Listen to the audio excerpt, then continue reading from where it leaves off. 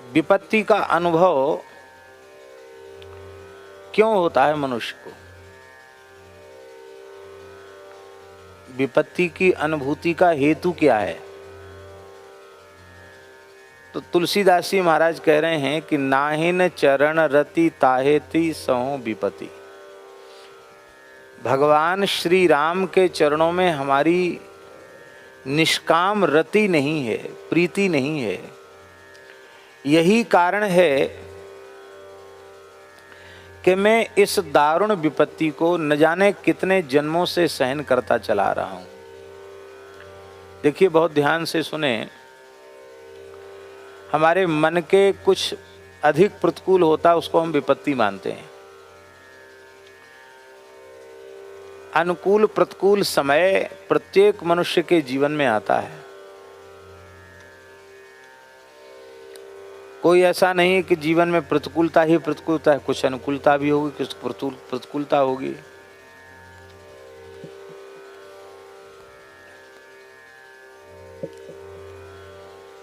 पर संसार में वर्तमान जीवन में आई हुई विपत्ति विपत्ति नहीं है,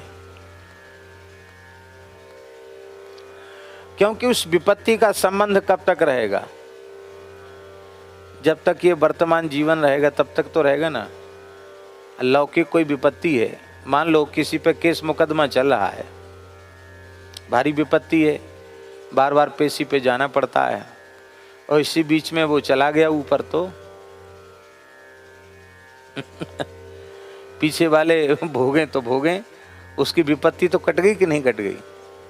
तो कोई भी संकट, कोई भी विपत्ति तब तक है जब तक कि वह जीवित है। मरने के बाद फिर कोई विपत्ति नहीं। हाँ, फिर विपत्ति संपत्ति सब होती है अपने किए गए शुभाशुभ के अनुसार, पर वह दृष्ट नहीं है, वो अदृष्ट है, वो दिखाई नहीं पड़ती है। शास्त्रों में श्रद्धा रखने के कारण हम उस पर विश्वास करते हैं, वो दिखाई नहीं पड़ती। पर एक विपत्ति ऐसी है जो अनंत जन्मों से हमारे पीछे लगी है, और न जाने कब तक ये लगी रहेगी। वो विपत्ति कौन सी है? पुनरपि जननम पुनरपि मरणम पुनरपि जननी जठरे शयनम। बार बार पैदा होना, बार बार मरना, गर्भवास का भयंकर कष्ट भोगना, ये भारी विपत्ति है। आदि शंकराचार्य भगवान ने गर्भवास के संबंध में कहा है, आदौ कर्म प्रसंगात् कलयति कलुषम मातृकुक्षौ स्थितं मां बिणमूत्रा मेध्य मध्ये क्वथयति नितरां जाठरो जातवेदा। यद्यद् वै तत्र दुःखं व्यथयति नितरां शक्यते केन वक्तुं क्षन्तव्यो मे पराधः शिव शिव शिव भो श्री महादेव शंभो। हे प्रभो, मैं कर्म के अधीन माता के गर्भ में गया। कहाँ रहना पड़ा हमको? बिणमूत्रा मेध्य मध्य। विष्टा और मूत्र की, एक विष्टा की थैली एक मूत्र की थैली, उसके बीच में सिर रहता है। स्थिति जो है गर्भाशय की स्थिति जैसी है। तकिया, मलमूत्र की तकिया में सिर रहा है, ऐसे नीचे सिर ऊपर पैर।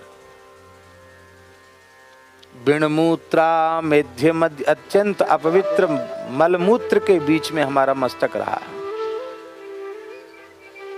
और क्वथयति नितराम जाठरो जातवेदा। जठराग्नि की भयंकर तपन, उस जठराग्नि की गर्मी से ही पक कर के सब चमड़ी अमड़ी सब बनती है, सब रोम वोम सब निकलते हैं। उसमें पकना कितनी पीड़ा,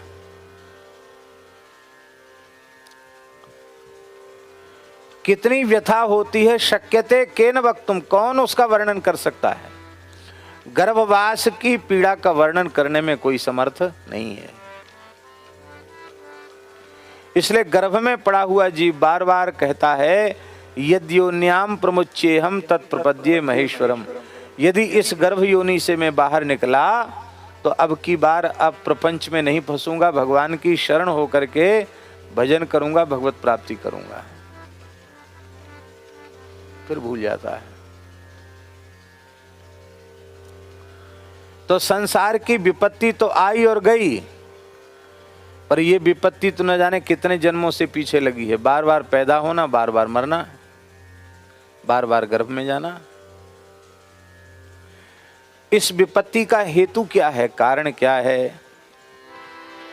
नाहि न चरण रति ताहि ते सहो विपत्ति, नाहि न चरण रति ताहि ते सहो विपत्ति। आपके चरण कमलों में हमारी रति नहीं है, इसीलिए गर्भवास की जन्म मृत्यु की पीड़ा हमें सहन करनी पड़ रही है। गोस्वामी जी ने मानस जी में कहा है, हनुमान जी के द्वारा, हनुमान जी के शब्दों में,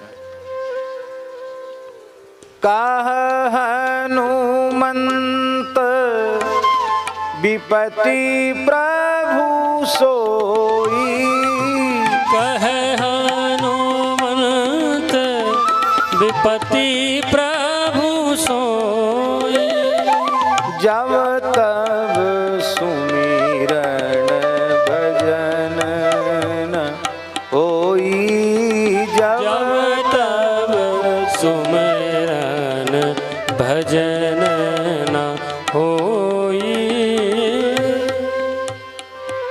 विपत्ति क्या है? भजन और सुमिरन, दो चीजें बताई। स्मरण को अलग कहा, भजन को अलग कहा।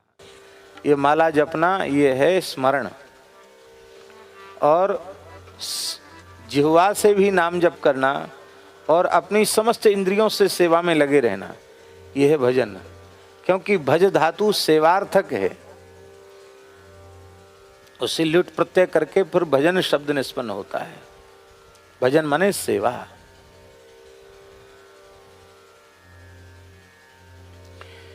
भजन और स्मरण ये दो चीजें न बने, अर्थात सेवा और सुमिरन ये दो साधन न बनना ही विपत्ति है।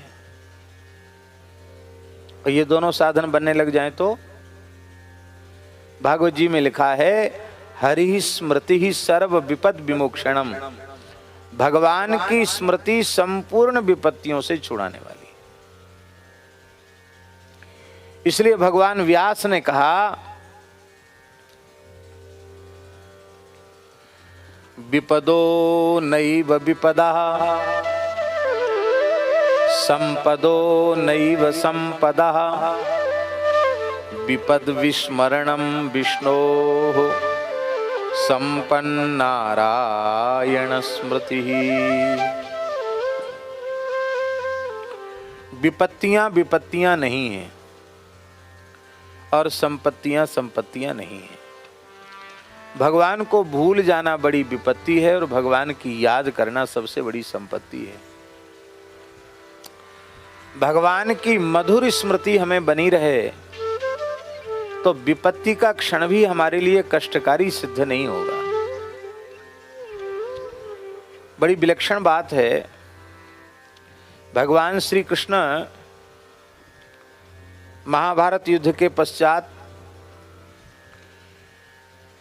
पांडवों की विजय होने के पश्चात, युधिष्ठिर के चक्रवर्ती सम्राट पद पर अभिषिक्त होने के बाद अब भगवान का कोई काम शेष बचा नहीं था।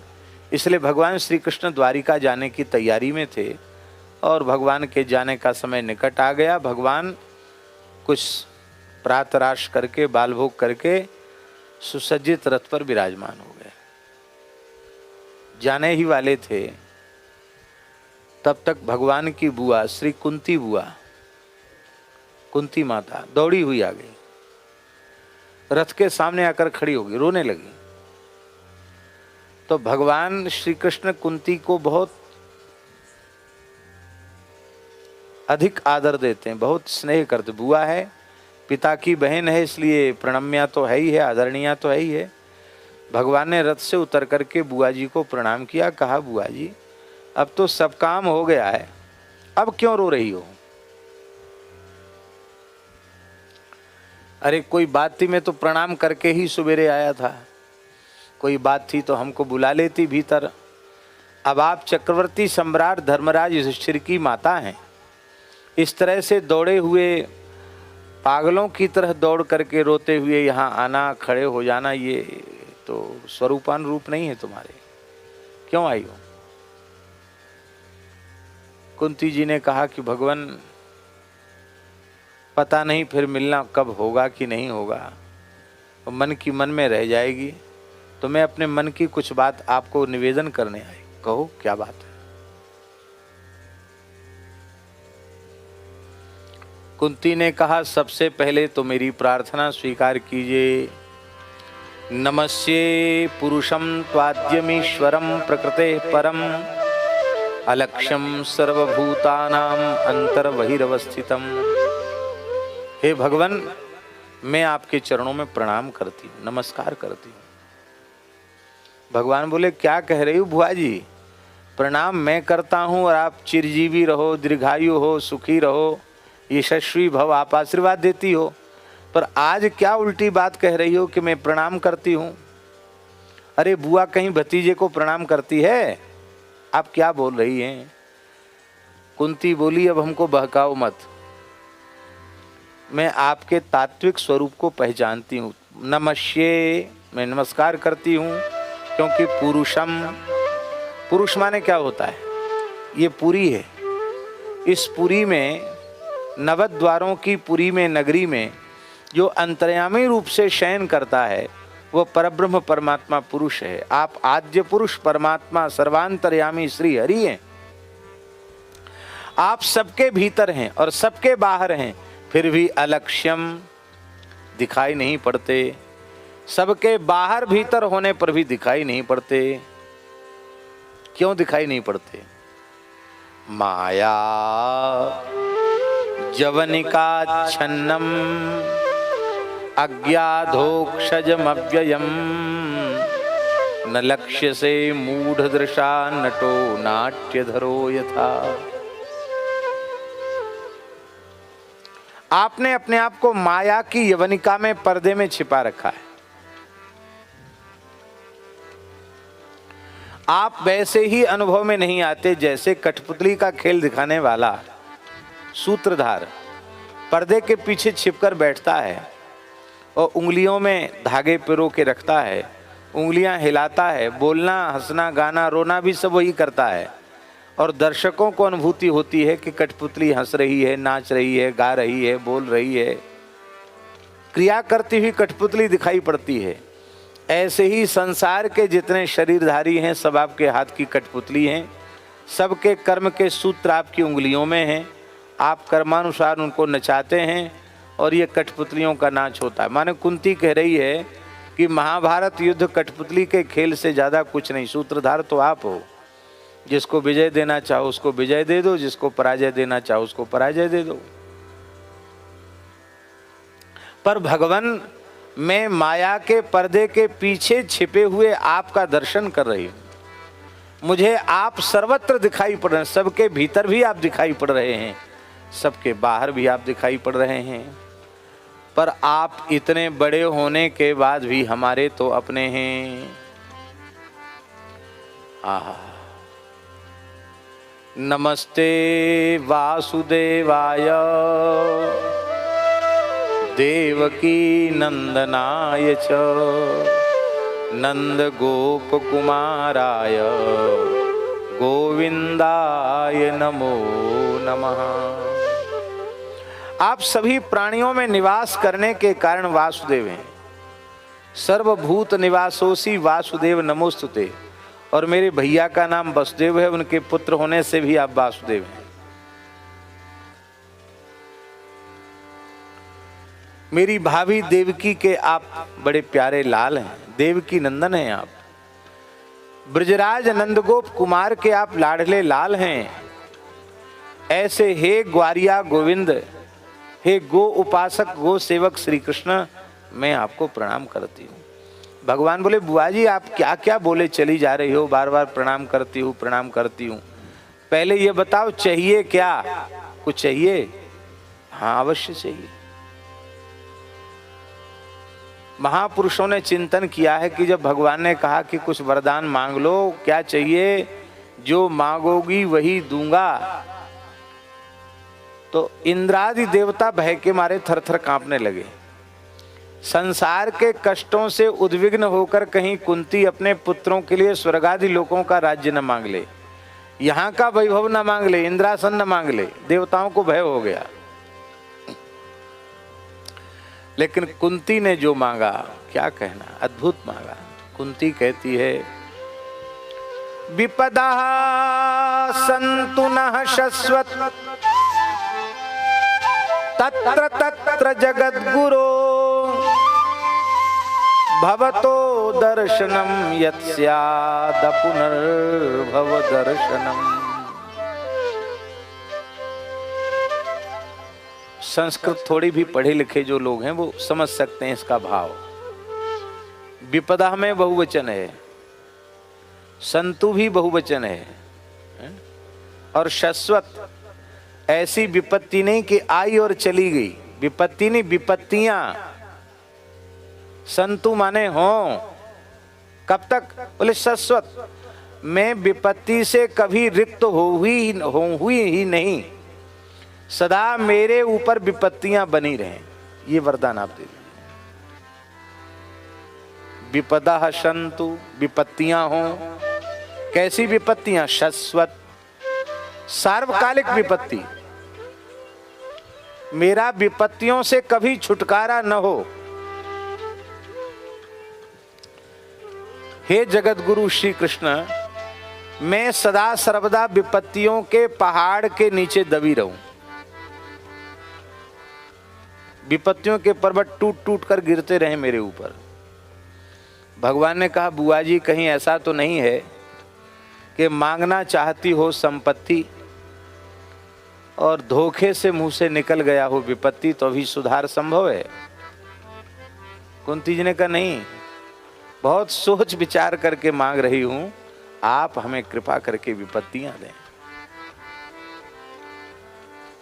भगवान ने कहा तुम्हें विपत्तियों में स्वाद क्यों आ रहा है?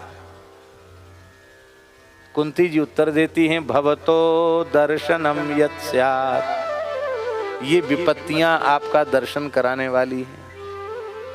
जब जब हमारे ऊपर संकट आए, विपत्ति आई, मैंने आर्त हृदय से आपको पुकारा, हे द्वारिकानाथ, हे जगन्नाथ, हे विश्वनाथ, हे करुणा सागर, हे दया सागर, हे भक्त वत्सल, हे शरणागत वत्सल, इस अपनी दीन दुखिया बुआ कुंती पर कृपा करो।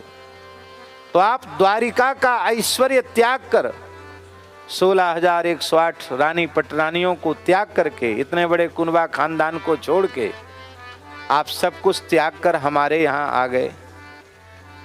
हमारे पुत्र अर्जुन के सारथी बन गए, हमारे दूत बन गए, हमारे सेवक बन गए, हमारे सखा बन गए, हमारे स्वामी बन गए, हमारे क्या नहीं बन गए आप। ये कब तक? जब तक हमारे ऊपर विपत्तियां थीं।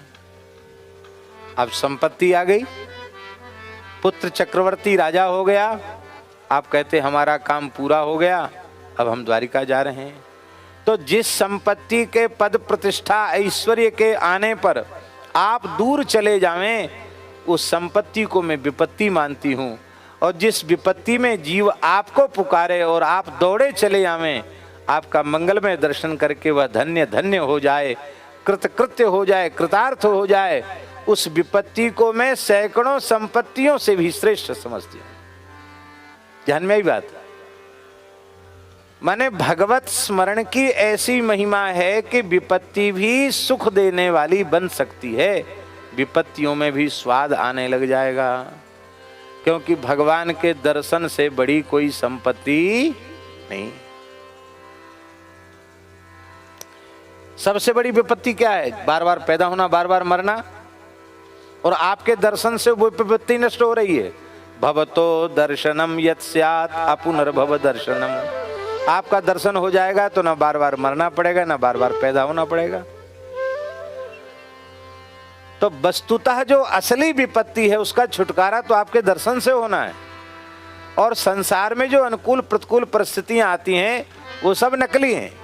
असली विपत्ति तो बार बार पैदा होना और मरना है, और ये विपत्ति तब दूर होगी जब जीव आपका प्रेम पूर्वक भजन स्मरण करेगा और आप उसकी पुकार पर दौड़े हुए चले आवेंगे, तो ये विपत्ति विपत्ति नहीं रह जाएगी।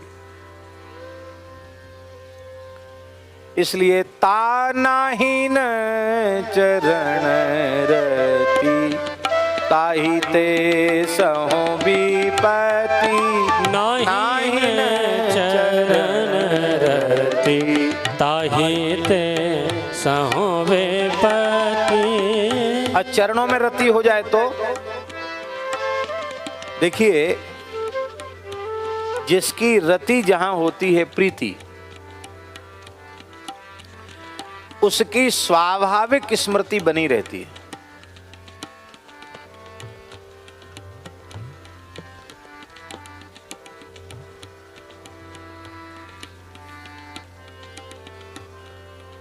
धन में प्रेम होगा तो धन की स्मृति बनी रहेगी, स्त्री पुत्र में प्रेम हो उसकी स्मृति बनी रहेगी। जिसमें प्रेम होगा उसी की स्मृति, उसी के सपने भी आएंगे, उसी की स्मृति होगी। भगवान में रति होगी तो निरंतर भगवान की स्वाभाविक स्मृति बनती रहेगी, और जब भगवान की स्मृति बनती रहेगी तो गीता जी में भगवान कह रहे हैं, तेषामहं समुद्धरता मृत्यु संसार सागरात् भवामि न चिरात् पार्थ मय्यावेशित चेतसाम्। मैं उनको जन्म मृत्यु रूपी संसार सागर से पार उतार देता हूं, जो जिनका चित्त मुझ परमात्मा में प्रविष्ट हो चुका है, जो मेरी मधुर स्मृति में निरंतर डूबे रहते हैं।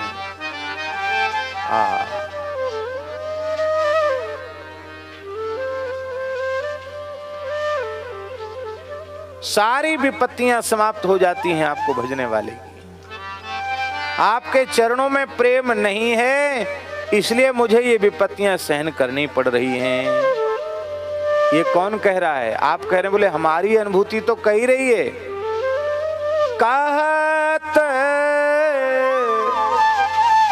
श्रुति सकल मुनि मति धीर,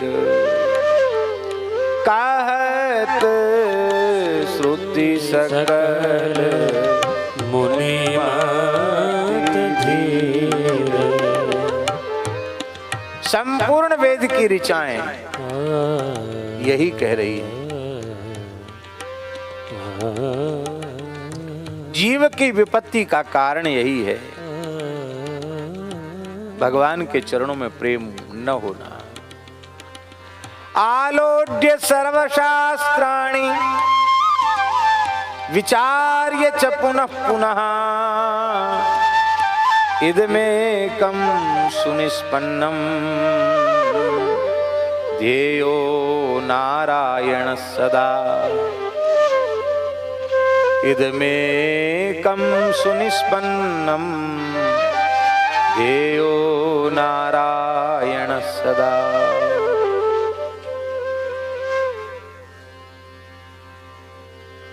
संपूर्ण वेद की ऋचाएं भी विपत्ति का कारण यही बता रही हैं, संपूर्ण शास्त्र यही कह रहे हैं, और संपूर्ण ऋषि मुनि महात्माओं का भी मत यही है।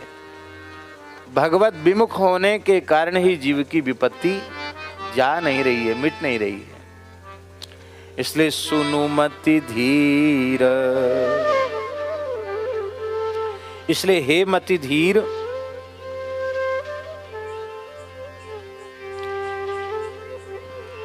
इसको अच्छी प्रकार से मुनि मति धीर,